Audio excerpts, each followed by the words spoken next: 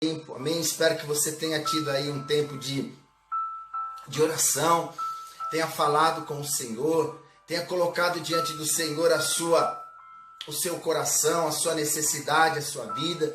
Sabe que a oração, ela é um dispositivo que nos coloca no nosso lugar, como pedinte, e coloca Deus no lugar dele, como provedor.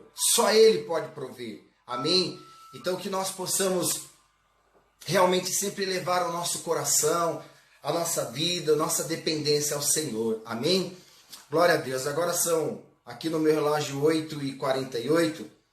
Eu queria falar hoje com você um assunto.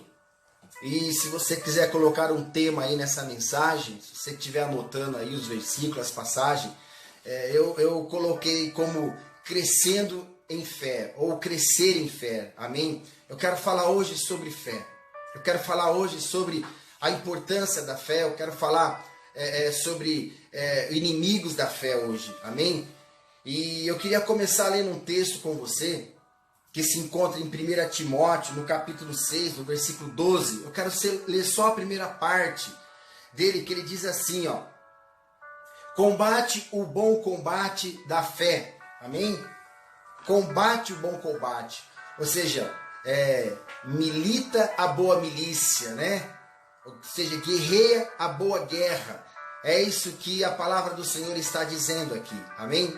Sabe, eu quero começar dizendo para você que o único combate que o cristão é convocado a travar e que de fato vale a pena é o combate da fé.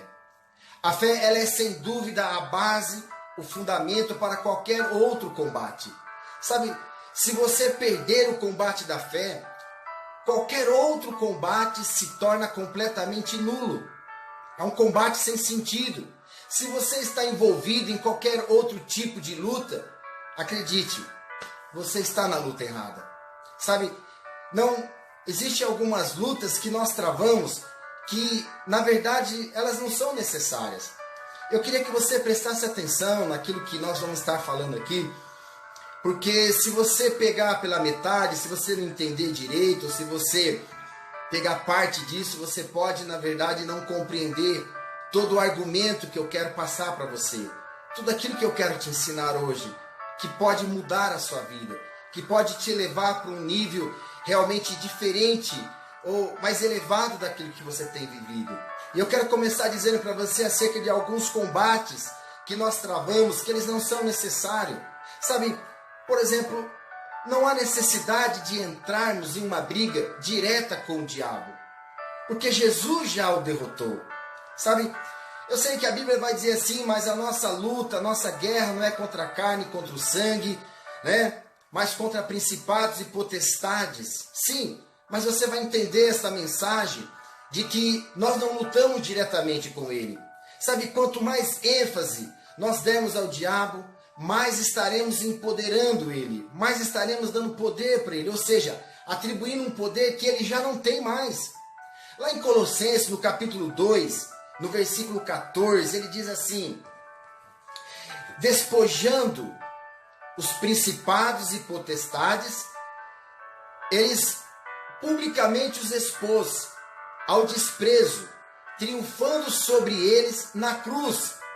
Sabe, entenda só, esse versículo ele mostra um quadro do que eram costumes romanos, ou seja, conduzir os seus cativos depois da guerra. Os generais eles iam à frente e carregavam atrás dele ali os cativos, como uma procissão, fazendo deles um espetáculo público. Esta é uma imagem que este versículo nos traz, pois foi isso, exatamente isso que Jesus fez com o diabo.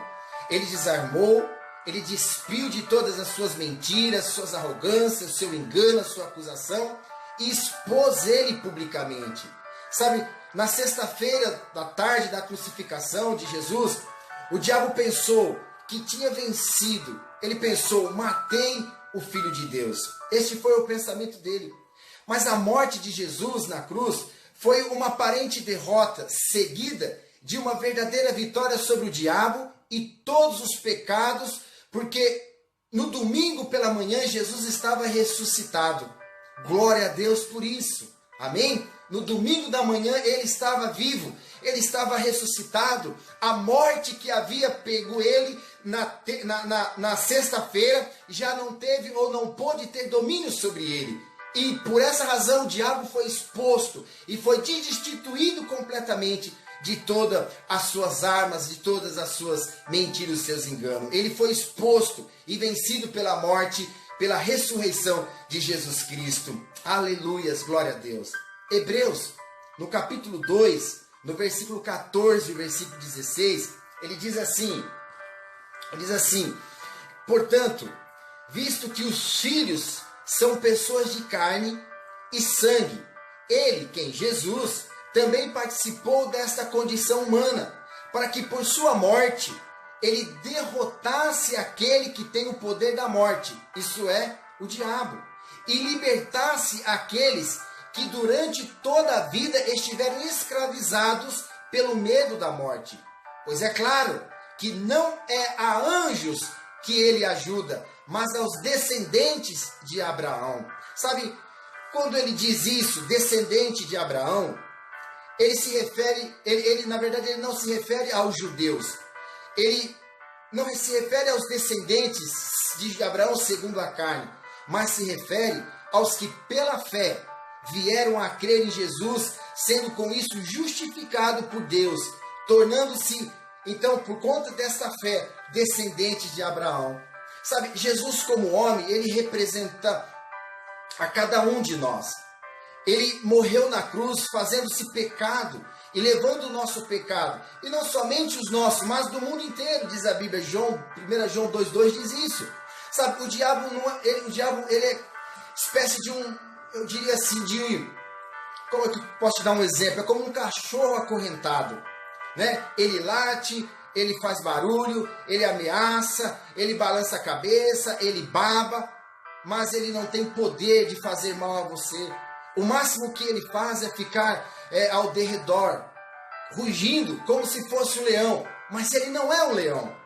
É como um leão, tentando assustar, porque ele não passa de um cachorro sarnento e medroso, porque o verdadeiro leão da tribo de Judá está com você, aleluias, está conosco. Ele, Jesus é o verdadeiro leão da tribo de Judá. Sabe, é claro que você não vai chegar perto e fazer carinho na sua cabeça, né?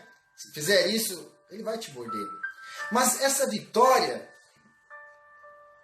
e essa segurança que nós temos, ela foi conquistada na cruz por nosso Senhor Jesus. E todo aquele que crê, desfruta dessa segurança. Então, a primeira coisa que nós precisamos entender é que Jesus, ele venceu o diabo na cruz. A vitória que nós temos sobre o pecado é uma vitória, na verdade, nos dada e não conquistada por nós. A segunda coisa que eu quero falar para você sobre uma luta direta que muitas pessoas entram, mas não deveriam entrar diretamente. Veja, eu não quero que você me entenda mal, por isso que eu quero que você preste atenção em tudo que eu estou te dizendo. Porque se você pegar metade disso, você pode ficar meio sem entender. Mas um outro combate desnecessário na nossa vida é o pecado, é o combate contra o pecado. Sim, porque Jesus é a cura para o pecado. Sabe, Colossenses também, no capítulo 2, no versículo 12, no versículo 14... ele diz assim, ó, quando vocês foram sepultados com ele no batismo, e com ele foram ressuscitados mediante a fé, diga assim, ressuscitados mediante a fé, no poder de Deus que o ressuscitou Jesus dentre os mortos, quando vocês estavam mortos em pecados e na incircuncisão da sua carne, Deus os vivificou juntamente com Cristo. Ele, quem? Jesus, nos perdoou de todas as nossas transgressões e cancelou a escrita de dívida que consistia em ordenança e que nos era contrária. Ele o removeu pregando na cruz do Calvário. Sabe, veja bem, pela fé no sacrifício de Jesus, nós somos identificados na semelhança da sua morte na cruz. Morremos para o pecado e para o mundo. Veja,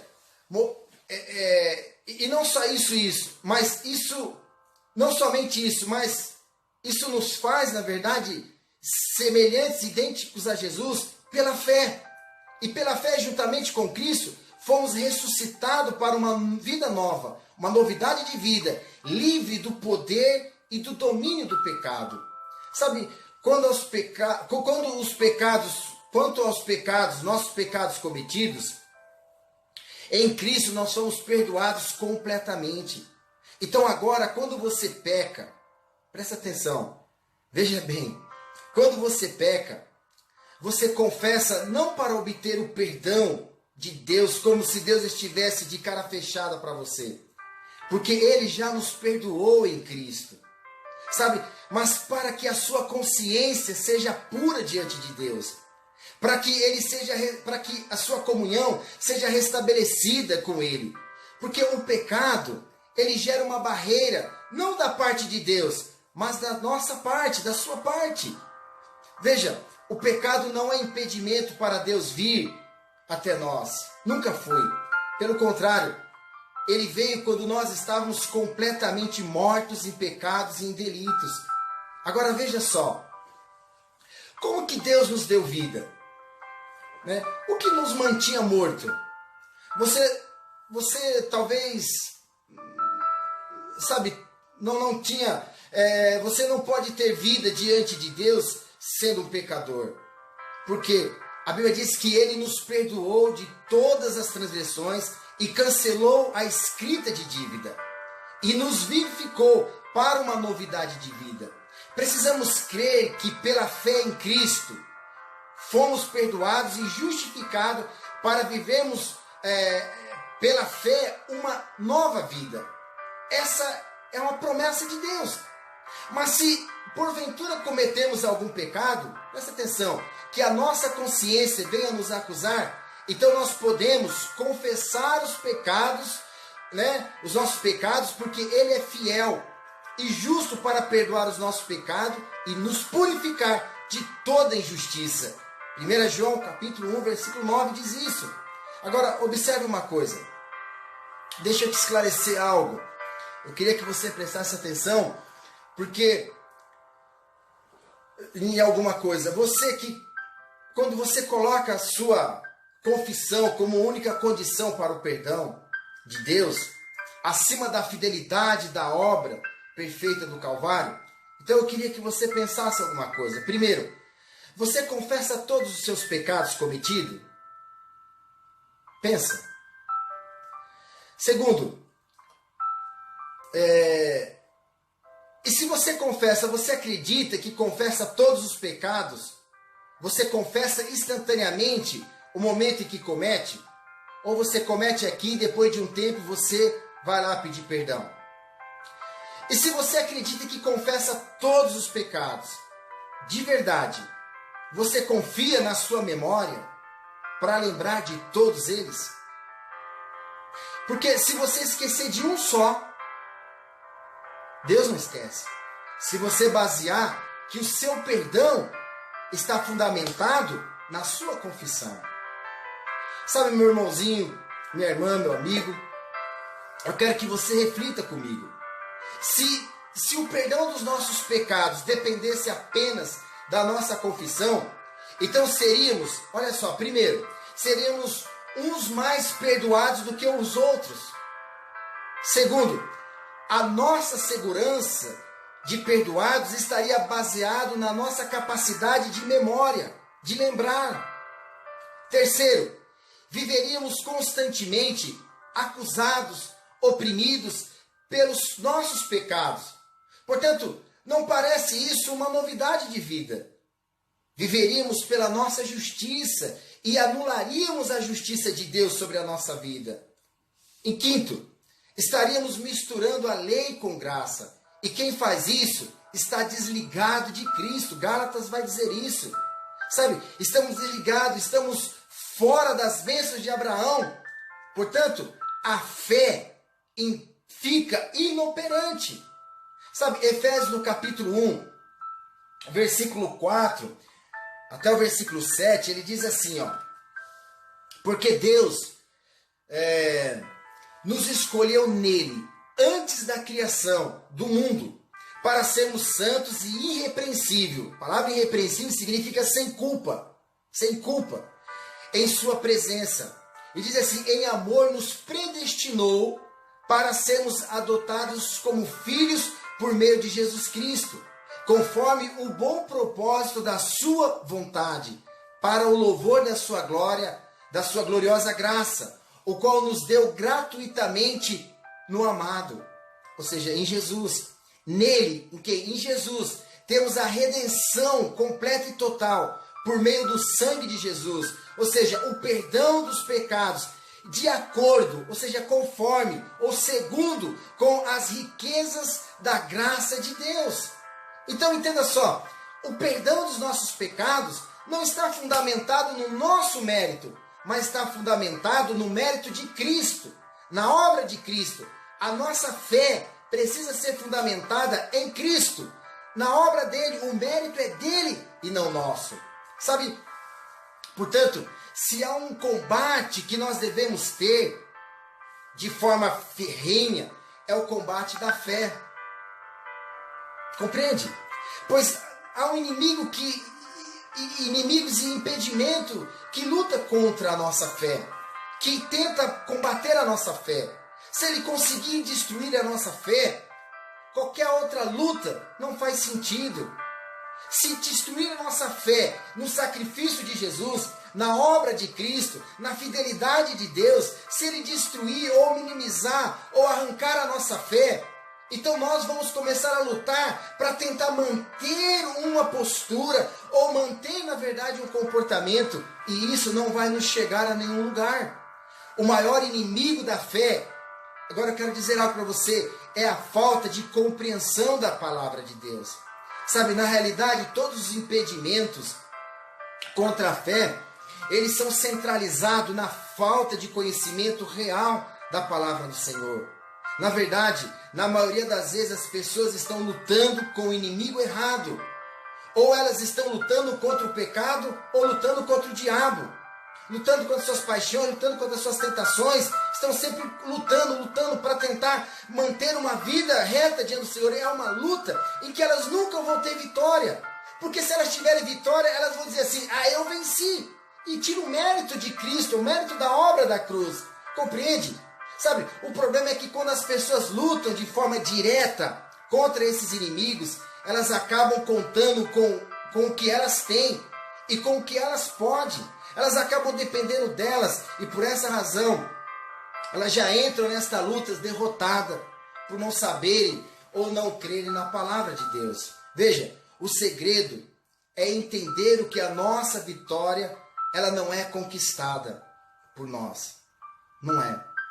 Ela é conquistada por Cristo e nos é dada gratuitamente e ela se é apropriada pela fé. Compreende? Toda a vitória de um cristão, ela não é conquistada por ele. Ela é dada gratuitamente por Deus. Ela foi conquistada por Cristo no Calvário. Nós nos apropriamos das vitórias pela fé na obra de Jesus. O mérito sempre será dele. Sabe? 1 João, no capítulo 5, no versículo 4, ele diz assim que a vitória que vence o mundo é a nossa fé. Sabe? A falta da fé, ou seja, a falta do conhecimento, melhor, da palavra, gera incredulidade. Na verdade, meu irmão, existem duas formas de incredulidade. Eu vou te falar de duas incredulidades que ocorrem na vida de uma pessoa. Sabe? Uma é a incredulidade por falta do conhecimento. João, capítulo 20, 24, você pode ler lá depois, em João, Evangelho de João, capítulo 20, do 24 ao 28, 29 ali, vai falar da história de Tomé. Sabe, nós costumamos dizer que ele era um incrédulo. Mas imagina a situação de Tomé.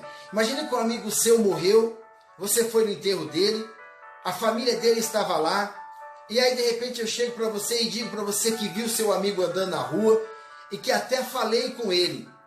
Você iria acreditar? Pensa um pouco.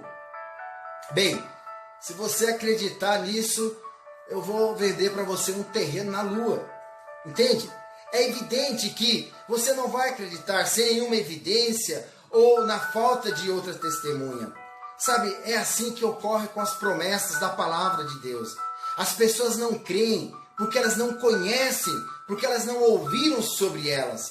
Sabe, não sabe que elas que essas promessas estão escritas na palavra. Não sabe que está escrito que Deus cura, que liberta, que Deus prospera, seja fisicamente, seja alma, trazendo recursos, alegria, paz, dá direção para os negócios, prospera, nos dá conselho como ser um bom esposo, uma boa esposa, um bom filho, uma boa filha, nos coloca em lugares inimagináveis, sabe? Se elas soubessem que isso está na palavra de Deus, elas vão acreditar. Sabe, é quando acreditam, elas serão salvas, serão prósperas, serão seguras. Paulo escreve isso em Romanos, no capítulo 10, no versículo 13 e 15, ele diz assim: todo aquele que invocar o nome do Senhor será salvo. Como invocarão aquele que não crerão? E como crerão naquele que nada ouvirão? E como ouvirão se não há quem pregue? Sabe, então a salvação vem por ouvir a palavra dos Deus. E a salvação é um pacote que engloba todas as áreas da nossa vida, sabe? É por isso que nós pregamos a palavra de Deus, para que você creia e que você seja salvo, você e a sua casa. É para que você seja transformado, é para que você seja próspero, é para que você seja abençoado, é para que a sua vida seja transformada, sabe? Essa é a primeira incredulidade. A segunda incredulidade que eu quero falar, mas antes deixa eu te dizer, essa incredulidade, ela se corrige, sabe, com o conhecimento da palavra de Deus. A segunda incredulidade, ela é por falta da persuasão, sabe, de não conseguir crer, é não conseguir ser persuadido. Assim que Tomé, falando de Tomé ainda, que ele viu as feridas nas mãos e ao lado de Jesus, imediatamente ele creu. Jesus disse a Tomé: não seja incrédulo, mas crente. E a partir do momento que ele teve o conhecimento, ele creu, ele foi persuadido pela evidência. E a partir do momento que Tomé viu a verdade, veja só, ele não ousou mais duvidar. Ele não quis mais duvidar. Pelo contrário, quando Tomé na verdade creu pela primeira vez, que viu a verdade, ele se prostrou diante do Senhor e o adorou, confessando, dizendo: Senhor Deus e meu Deus. Sabe, um outro exemplo, você pode ver no povo de Israel. O povo de Israel, ele recebeu uma promessa de que Deus daria a terra prometida a eles, uma terra muito boa. Quando eles se aproximaram da terra, Moisés mandou os espias verificarem a terra, a fim de criar uma estratégia de como possuí-la. O fato é que, ao voltarem de verificar a terra, com as evidências, trouxeram frutos, viram evidências oculares, evidências físicas de que realmente a terra era boa e era tudo o que Deus havia prometido. Então diz que eles olharam os obstáculos, as barreiras e compararam com as suas condições e as suas possibilidades de vitória. Eles não levaram em conta as promessas do Senhor pela palavra de Deus. O Senhor disse: eu hei de dar aos filhos de Israel essa terra. Mas quando eles viram o problema, eles compararam com eles e falaram assim: lá tem gigantes, essa terra aqui, olha para nós somos muito fracos, muito limitados, nós não vamos conseguir. Sabe, querido, este é o problema. O problema é quando nós temos a palavra de Deus e nós olhamos para nós. Essa é a situação que eu tenho falado, que eu tenho dito. Uma das coisas que impede as pessoas de avançar é quando olhamos ou quando se olha apenas para você. Sabe, é ver as suas impossibilidades, as suas limitações, as suas fraquezas, e aí diz: eu não posso, eu não consigo, e assim por diante. Sabe, a chamada é para olhar para Cristo, é Ele. Você pode dizer assim: olha, eu não consigo, mas eu posso todas as coisas naquele que me fortalece. Olha, eu não tenho condição, mas o Senhor, o meu Deus, Ele pode me fazer prevalecer sobre toda e qualquer situação. Sabe, eu sou incapaz de fazer isso, mas eu estou apoiado na palavra do Senhor, estou apoiado na promessa do Senhor, eu tenho a palavra do Senhor, e essa palavra é o que me garante. Crescer em fé é crer na palavra do Senhor, na promessa do Senhor, naquilo que o Senhor diz, e não naquilo que eu acho, naquilo que eu penso, olhar para mim. Sabe, essa é uma incredulidade terrível na vida da pessoa, na vida do povo de Israel. Sabe, eles não permitiram ser persuadidos pela promessa de Deus. não permitindo ser convencido por aquilo que Deus havia falado. Sabe, mesmo Josué e Caleb relembrando, afirmando, declarando, confessando, né, as promessas de Deus no meio de todo o povo, mesmo assim, o povo foi derrotado pela incredulidade, não permitindo ser persuadido pela palavra, mesmo, né, diante de todas as evidências de que a terra era uma terra boa, era uma terra que o Senhor havia prometido. Sabe, quantas pessoas têm perdido muitas coisas na sua vida, têm deixado de desfrutar tantos em terrenos tão prósperos que Deus tem prometido para elas, porque elas olham para elas olham para as condições dela. A chamada, nós pregamos domingo, estou falando novamente hoje, tire os olhos de você, olhe para o Senhor, olhe para Cristo, coloca nele. A sua força vem do Senhor, a sua alegria vem do Senhor, sua santificação vem do Senhor. Ele é o poder de Deus e a sabedoria de Deus, é nele que tem que estar. Sabe, esse tipo de incredulidade, esse segundo tipo de incredulidade, ele se corrige com a obediência, com a confiança e com a entrega. Você acha que Deus mentiu na palavra? Ele não mentiu. Se ele disse a palavra, é porque ele quer cumprir nas nossas vidas. Então, a primeira incredulidade se corrige com o conhecimento da palavra, conhecer, estudar a palavra. Mas a segunda, com a obediência à palavra. Sabe, se o Senhor disse em sua palavra, olha, não pensa outra coisa. Vamos receber e provar de alguns dos benefícios dele, porque ele prometeu na sua palavra. Sabe, o Senhor não mente, ele não pode mentir. Se ele disse que fará, ele fará, basta crer. Sabe, se ele tem prometido que vai salvar a sua vida, salvar a sua casa, a sua família, seu esposo, seu pai, seu filho, então assim ele fará. Se ele disse que vai curar, então ele vai curar. Se você viu que ele disse que ele fará realmente coisas tremendas na sua vida, que ele vai suprir as suas necessidades, ele vai suprir as suas necessidades. Mas presta atenção, ele não vai suprir segundo as suas condições, ele vai suprir segundo a sua riqueza em glória. Sabe, se ele disse para você que se você passar pelas águas, elas não te cobrirão, elas não vão te cobrir. Se ele disse que você vai passar pelo fogo e não vai te queimar, você não vai ser queimado. Perdão. Sabe, se você for para a fornalha, acredita, o quarto homem vai estar lá na fornalha com você. Se você for para as covas dos leões, acredite, ele vai fechar a boca do leão, porque a promessa dele, ele não falha, ele não mente, ele é fiel.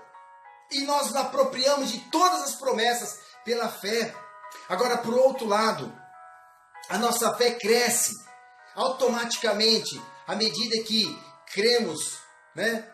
Que crescemos no entendimento da palavra de Deus. Lá em Romanos, no capítulo 10, versículo 17, diz assim que, consequentemente, a fé vem por se ouvir a mensagem, e a mensagem é ouvida mediante a palavra de Cristo. Se a nossa fé não está crescendo, é porque o nosso conhecimento da palavra do Senhor não está crescendo em nós. Sabe, não há crescimento, nem progresso espiritual, nem aumento da fé, né? Sem, na verdade, o conhecimento da palavra.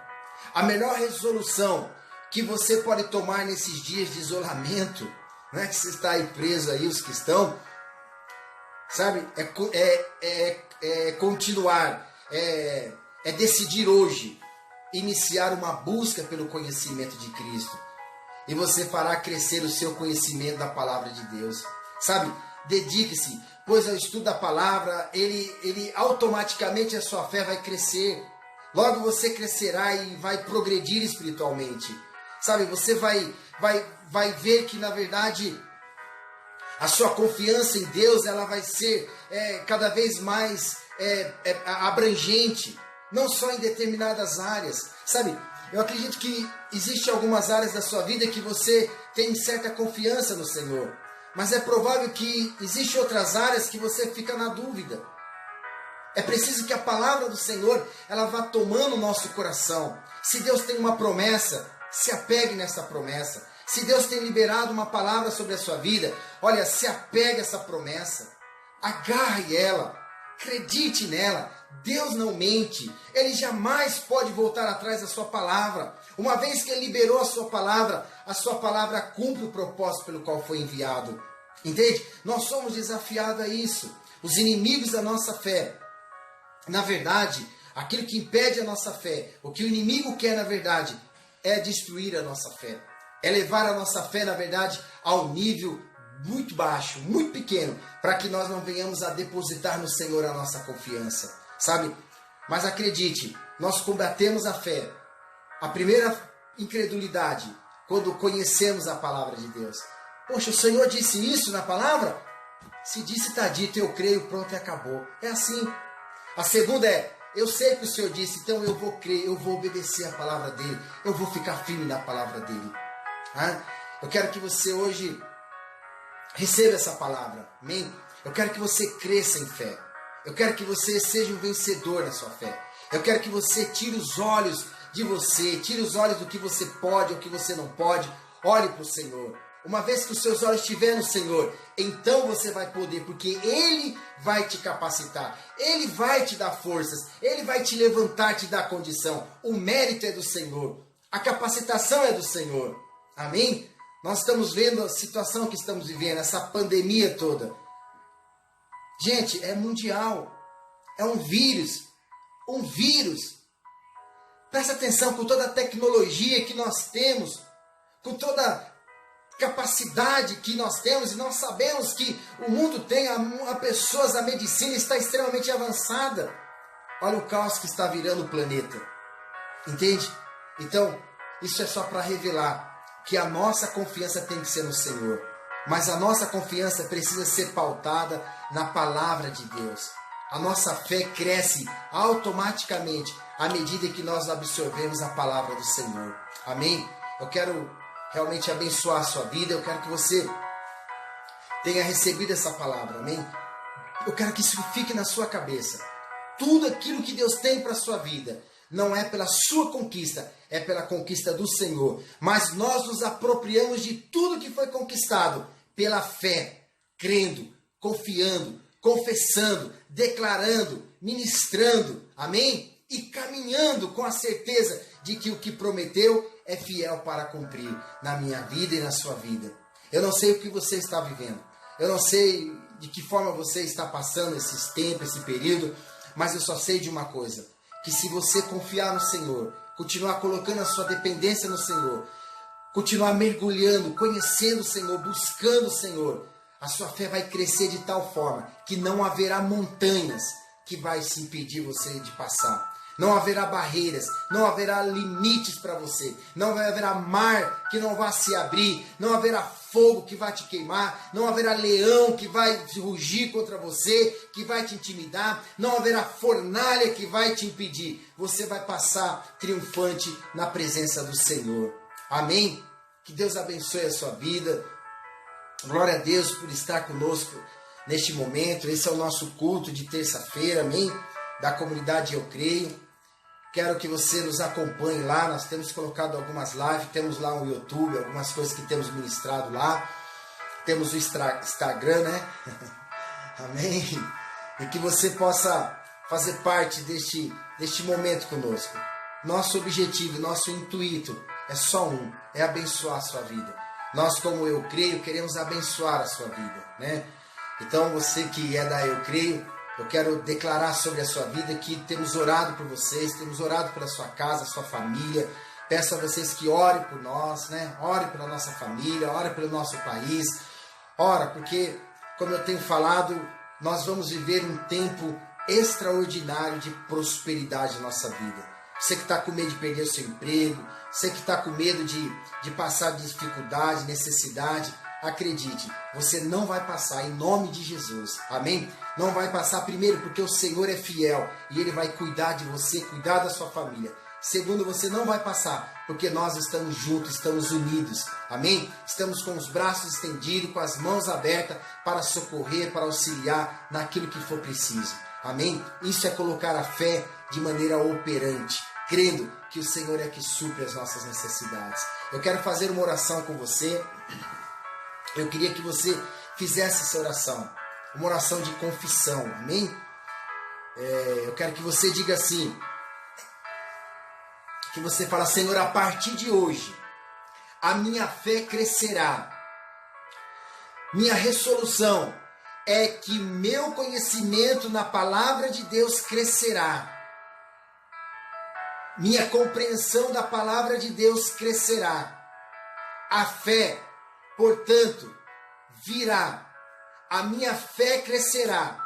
E a partir de hoje, eu crescerei e progredirei espiritualmente. Amém? Fez essa oração aí? Amém? Que Deus abençoe. Eu quero orar agora, encerrando. Eu quero que você esteja realmente estudando a palavra, conhecendo a palavra. Amém? Hoje nós temos aplicativo no celular. Não há desculpa. Você pode ouvir, você não tem tempo de ler, não gosta de ler? Você pode ouvir a palavra, né? Põe um aplicativo, põe um fone, comece a ouvir, ouça a palavra, sabe? Confere as coisas com a palavra de Deus, sabe? Não acredite em tudo que você veja, comece a acompanhar com a palavra. Até o que eu falo para você, vai lá, acompanha na palavra. Não que eu venha aqui te dizer mentira, mas aprenda a consultar a palavra, aprenda, sabe, buscar concordância, aprenda a desenvolver isso, para que não seja enganado, né, pelos lobos que vêm por aí e querem devorar aí a pele, a carne e a lã das ovelhas. Amém? Que Deus abençoe. Eu quero fazer uma oração. Pai, em nome de Jesus, eu quero abençoar, Senhor, o teu povo, abençoar, Senhor, a Eu Creio. Oh, Pai, glória a Deus por este povo fiel, com esse povo comprometido com a tua causa, ó Deus, comprometido com esta obra. Deus, eu te louvo, Senhor, ó Deus, pelo privilégio, ó Deus, de poder ministrar na vida deles, Pai. Ó Deus, eu declaro sobre a vida de cada um daqueles que têm chegado, Senhor, a nossa voz. Ó Deus, que sejam abençoados em suas casas, em suas famílias, ó Deus, que recebam esta palavra, Pai, que possam aprender em algum momento da palavra que o Senhor tenha falado ao coração deles e que eles sejam fortalecidos, ó Pai, que sejam determinados, Senhor, a querer conhecer o Senhor, não ser derrotados, Senhor, ó Deus, por uma fé, Senhor, limitada, mas que possam desejar crescer na fé, no conhecimento da Tua palavra, que gera fé ao nosso coração, Pai. Em nome de Jesus, eu abençoo, Senhor, a vida, a família, o lar de cada um, e profetizo, Senhor, em nome de Jesus. Na verdade, eu declaro, Senhor, que este vírus, Senhor, caia por terra. Eu declaro em nome de Jesus que o Brasil, Senhor, ó Deus, viverá dias extraordinários, que a Tua igreja, Senhor, viverá tempos maravilhosos, ó Pai. Declaro, Senhor, assim como diz a Tua palavra, que as trevas vai cobrindo o mundo, mas sobre nós, sobre a Tua igreja, resplandece a Tua luz. Em nome de Jesus, eu declaro que a graça do Senhor Jesus, o amor de Deus Pai e a comunhão do Espírito Santo seja com todos agora e para todos sempre. Em nome de Jesus. Amém. Amém. Que Deus abençoe. Amém. Glória a Deus. Um beijo no seu coração. Que Deus te fortaleça. Amém. Que Deus enche você de paz, que o Senhor resplandeça o rosto dele sobre a sua vida, seja bendito ao entrar, bendito ao saíres, que a graça do Senhor esteja te sustentando, te capacitando a cada dia mais. Lembre-se, você é guardado, amado e chamado pelo Senhor, amém? É um favorecido do Senhor, é um privilegiado do Senhor, amém? É um querido e é uma querida do Senhor. Que Deus abençoe em nome de Jesus, amém? Que Deus abençoe, tchau. Dá até dó de desligar. Deus abençoe.